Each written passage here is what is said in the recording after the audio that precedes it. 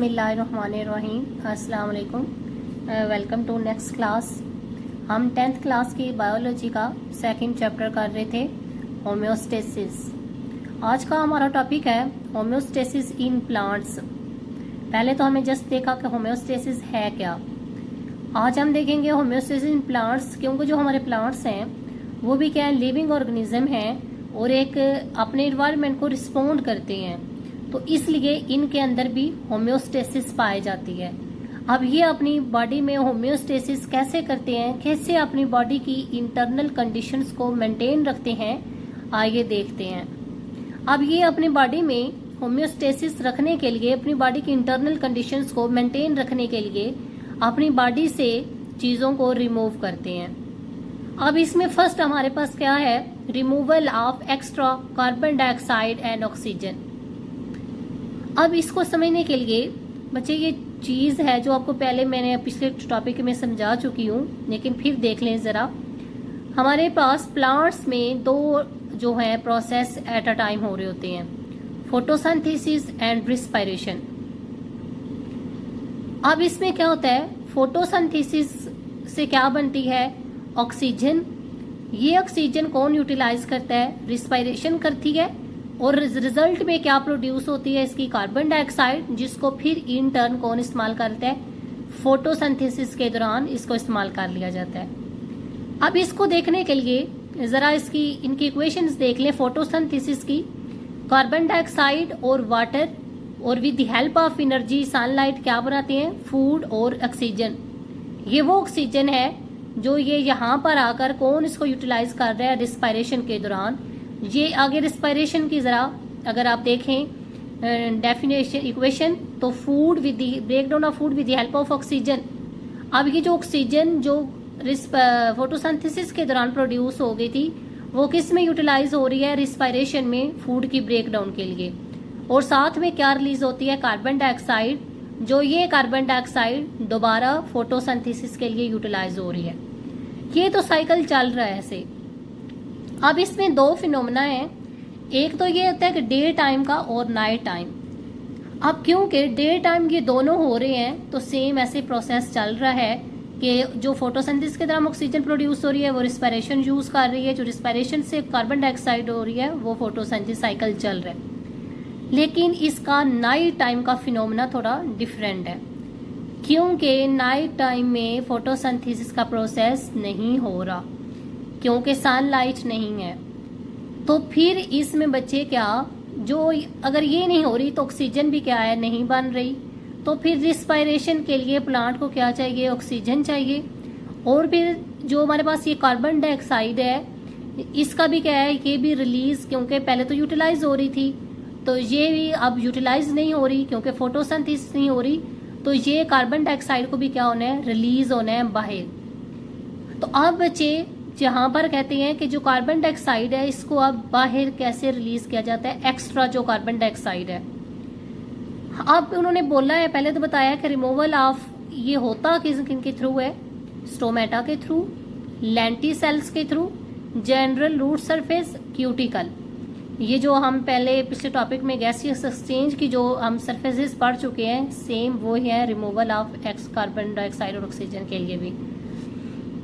तो अब क्योंकि रात में हमारे पास स्टोमेटा तो मोस्टली क्लोज होते हैं, तो ये जो कार्बन डाइऑक्साइड है ये किसके थ्रू रिलीज हो जाती है, बाहर रिमूव होती है, थ्रू क्यूटिकल। तो ये क्यूटिकल के थ्रू एक्स्ट्रा इसको बाहर एटमॉस्फेयर में रिलीज कर दिया जाता है। अब हमने देख लिया कि इनको तो रिमूव ऐसे किया जाता है। नेक्स्ट वो है जो एक्स्ट्रा वाटर होता है प्लांट का, वो कैसे उसको रिमूव करता है, वाटर को प्लांट्स कैसे रिमूव करते हैं, एक्स्ट्रा वाटर को। अब पहले तो इसमें देखेंगे कि प्लांट्स वाटर लेता किधर से है, फ्रॉम साइल थ्रू रूट्स। एक तो रूट्स के थ्रू एब्जॉर्ब करते हैं प्लांट्स अपनी फंक्शनिंग के लिए। दूसरा क्या है, थ्रू प्रोसेस ऑफ रिस्पायरेशन।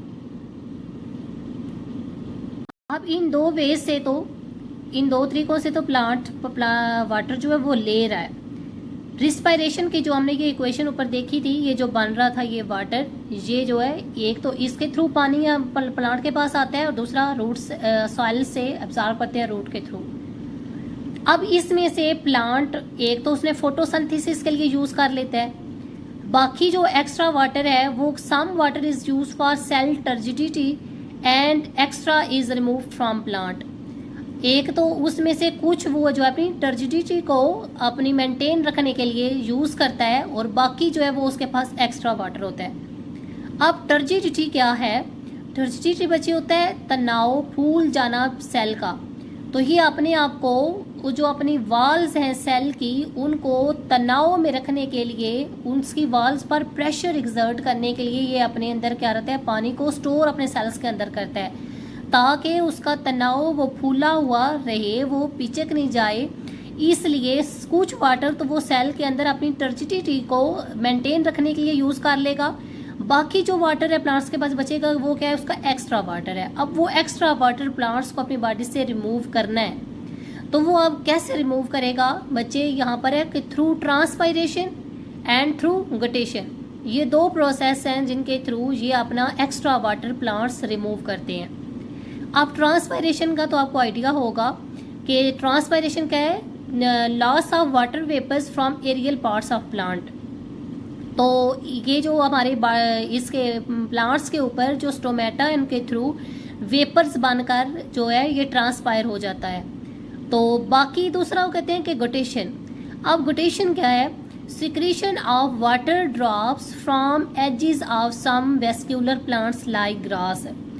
जो हमारे पास प्लांट्स हैं इनके कहते हैं कि जो लीव्स हैं उनके एजेस पर है, ऊपर स्टोमेटा के थ्रू नहीं बोल रहे, कहते हैं कि उसके एजेस पर क्या होते हैं, छोटे छोटे पोर्स होते हैं जिनके थ्रू ये वाटर ड्रॉप्स बनकर निकलता है। अब ये निकलता कैसे है बच्चे? इसके लिए भी आपको समझना होगा कि क्योंकि साइल के अंदर पानी ज़्यादा है तो वहाँ पर साइल के अंदर जो पानी की रूट्स हैं उधर क्या होगा, वाटर का प्रेशर ज़्यादा है। तो जैसे जैसे ऊपर आते हैं तो लीव्स तक पानी का प्रेशर क्या होता है, कम होता है। तो अब क्या है, जो वेस्क्यूलर जाइलम, जो जाइलम है, पानी किसके थ्रू ट्रांसपोर्ट हो रहा है, जाइलम के थ्रू। तो कहते हैं कि जो नीचे से क्योंकि प्रेशर पानी का ज़्यादा है तो वो प्रेशर बिल्ड करता है पूरे जाइलम के अंदर और उस प्रेशर के थ्रू फिर एंड पर जो पोर्स लीव्स के एंड एजेस पर होते हैं उनके थ्रू ये एज अ वाटर ड्रॉप्स ये रिलीज हो जाता है। अब बच्चे गुटेशन बुक में आपके बताया कि जो गुटेशन है, गुटेशन और जो ड्यू है इनको आपने मिक्स नहीं करना, ये बिल्कुल डिफरेंट टर्म्स हैं दोनों। गटेशन तो वो वाटर ड्रॉप्स हैं जो पानी के अंदर से उनके लीव्स के एजेस से रिलीज हो रहे हैं, लेकिन जो ड्यू ड्रॉप्स हैं वो हमारे पास है, वो ड्रॉप्स होते हैं जो पानी ट्रांसपायरेशन के through in the form of water vapours हमारे एटमॉस्फेयर एयर में चले जाते हैं वेपर्स, वो कंडेंस होकर जो लीव्स के सरफेस पे ऊपर आते हैं, बल्कि सिर्फ लीव्स के नहीं आते तो हर जगह पर गिरते हैं। जो वो ड्रॉप्स होते हैं वो होते हैं ड्यू, और ये प्लांट्स के अंदर से जो रिलीज होते हैं उसे क्या कहते हैं, गुटेशन। It's okay. नेक्स्ट बच्चे देखेंगे रिमूवल ऑफ मेटाबॉलिक वेस्ट। अब प्लांट्स का हमने देख लिया कि उन्होंने कार्बन डाइऑक्साइड और जो ऑक्सीजन है वो कैसे रिमूव करते हैं, वाटर का देख लिया। अब क्या था, मेटाबॉलिक वेस्ट है। अब ये ज़हन में आएगा कि क्या इनके अंदर भी मेटाबॉलिक वेस्ट होता है? जी, प्लांट्स का भी अपना मेटाबॉलिक वेस्ट होता है जो उन्होंने भी इसको सिक्रीट आउट करना होता है। अब कहते हैं कि जो प्लांट्स क्या करते हैं, जो भी उनका मेटाबॉलिक वेस्ट होता है उसको पहले हार्मलेस इनसॉल्युबल क्रिस्टल्स में चेंज करते हैं। क्रिस्टल्स जो इनसॉल्युबल होते हैं, जो वाटर उनके लिक्विड के अंदर, फ्लूइड के अंदर सॉल्युबल नहीं होती, उसके अंदर चेंज करते हैं। क्यों? वो इसलिए कि वो अब हार्मलेस हो गई हैं। अब वो अगर उधर पड़े भी रहे उसका मेटाबॉलिक वेस्ट तो अब उससे नुकसान नहीं हो रहा, तो इसलिए वो पहले उसको चेंज किस में कर देता है, हार्मलेस इनसॉल्युबल क्रिस्टल, उसको चेंज कर देता है। और फिर वो जो है उसके जो क्रिस्टल्स हैं वो उसके ट्रीज के जो लीफ हैं वो क्या होते हैं, शेड हो जाते हैं, वो गिरने लग जाते हैं। तो इस तरह वो जो क्रिस्टल स्टोर हुई होती हैं लीव्स के अंदर, वो इस तरह वेस्ट गिर जाता है, उनकी बॉडी से सिक्रीट आउट हो जाता है। अब इसके उन्होंने एग्जाम्पल बताई है बच्चे, कैल्शियम ऑक्सालेट। कैल्शियम ऑक्सालेट के क्या बनाते हैं, क्रिस्टल्स बनते हैं। ये टोमेटो प्लांट की बात है।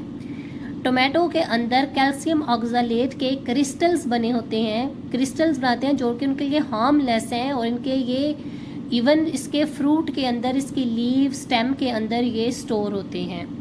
इसीलिए जो ये कैल्शियम ऑक्सलेट है ये किडनी स्टोन का भी बायस बनता है। इसलिए कहा जाता है कि जिसको भी कोई किडनी का प्रॉब्लम है तो वो टोमेटो जो है उसे अवॉइड करें, क्योंकि उनके अंदर क्या होता है, कैल्शियम ऑक्सलेट होता है। ये जो है ये प्लांट का वेस्ट है, तो ये जो है लेकिन ह्यूमंस के लिए नहीं है, लेकिन अगर किसी को किडनी का प्रॉब्लम है तो फिर उसके लिए ये हार्मफुल हो सकता है। तो अब बच्चे कहते हैं कि शेड लीव्स का क्या है, removal of excretory product is a secondary function of leaf fall. आप कहते हैं कि जो लीफ फॉल है, जो आपने देखा होगा कि खिज़ां में जब पत्ते गिर जाते हैं दरख्तों के, तो कहते हैं ये इसका प्राइमरी फंक्शन नहीं है। सिर्फ इसलिए नहीं गिरते कि वो क्या है, उनके अंदर उसका मेटाबॉलिक वेस्ट है तो उसको एक्सक्रीट आउट करना ज़रूरी है, ये उसका सेकेंडरी फंक्शन है। ये लीफ जो फॉल है ये इसका फर्स्ट फंक्शन नहीं है कि उसका एक्सक्रीशन के लिए नहीं गिरते, ये इसका सेकेंडरी फंक्शन है। ये बच्चे एमसीक्यूज़ है। अब उसके बाद कहते हैं कि बाकी हमारे पास काफ़ी प्लांट्स हैं वो जो डिफरेंट फॉर्म्स में अपने वेस्ट को सिक्रीट आउट करते हैं। उनका डिफरेंट वेस्ट होता है जिसके थ्रू वो अपना जो वेस्ट है उसको रिलीज़ करते हैं। आप कहते हैं जो रेजन्स हैं, रेजन ये किसका वेस्ट है, कोनिफेरस जो ट्रीज़ हैं वो अपने वेस्ट को रेजन्स की फॉर्म में सिक्रीट करते हैं। जो गम्स हैं वो कीकर का वेस्ट है। लैटिक्स जो है रबर प्लांट का वेस्ट है। म्यूसिलेज क्या है, carnivorous plant and lady finger. अब कार्निवोरस इट्स डजेंट मीन कि वो अब ये गोश्त खाता होगा। बच्चे ये नेक्स्ट आप चैप्टर्स में पढ़ेंगे कि ये हमारे पास है इंसेक्ट ईटर है।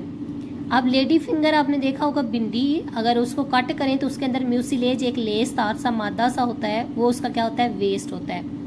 तो ये बच्चे इम्पोर्टेंट एमसीक्यूज़ हैं। इसमें इस तरह भी आ सकता है कि कोनिफरस का जो है, कोनिफेरस ट्रीज़ का जो वेस्ट वो को क्या है, अब इसमें सबको बताना होगा कि लैटिक्स है, गम्स है, रेजन्स है। या इस तरह भी आ सकता है कि लैटिक्स जो है वो किस प्लांट का वेस्ट है। तो इस तरह भी इधर से इधर भी और इधर से इधर भी ये आ सकते हैं। तो ये एज ए एमसीक्यूज़ इम्पोर्टेंट है, ये आपको लर्न करने होंगे। जी बच्चे, तो ये आज का हमारा टॉपिक था कि प्लांट्स में होम्योस्टेसिस कैसे होती है, वो अपने बॉडी से कार्बन डाइऑक्साइड और ऑक्सीजन के अमाउंट को कैसे मेंटेन करते हैं, और फिर हमने देखा कि वाटर को, और फिर हमने मेटाबॉलिक वेस्ट को। आई होप कि आपको समझ आ गई होगी होम्योस्टेसिस इन प्लांट्स। तो कोई भी अगर क्वेश्चन हो तो आप कमेंट सेक्शन में पूछ सकते हैं। लास्ट पे आपसे रिक्वेस्ट कि चैनल को सब्सक्राइब कीजिए, लाइक एंड शेयर कीजिए। नेक्स्ट क्लास तक के लिए खुदा हाफिज़।